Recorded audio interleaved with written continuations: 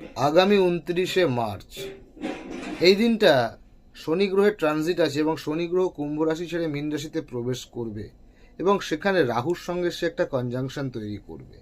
তো মীন রাশির উপর রাহু এবং শনির যে প্রভাবটা, সেটা বৃশ্চিক রাশির উপর কতটা এফেক্টিভ সেটা একটু আপনাদেরকে বুঝিয়ে দিই। খুব ছোট্ট একটা উদাহরণ দিয়ে বোঝাচ্ছি। যদি কারোর বৃশ্চিক লগ্ন হয়ে থাকে, তার লগ্নের পঞ্চম ভাব হচ্ছে মীন রাশির ঘর, আর সেখানে শনি এবং রাহু যখন একত্রিত হবে, দুটো ভাইটাল বিষয়কে বৃশ্চিক লগ্নদের সতর্ক থাকতে হবে। দুটো বিষয় যেখানে তোমাদের কিন্তু সমস্যা ক্রিয়েট করতে পারে। একটা হচ্ছে তোমাদের কিন্তু প্রেমজ সম্পর্ক কিন্তু ব্রেকআপ হয়ে যাওয়া, বা প্রেম ভালোবাসার জীবনে কিন্তু একটা তছনছ হয়ে যাওয়ার ব্যাপার আসতে পারে।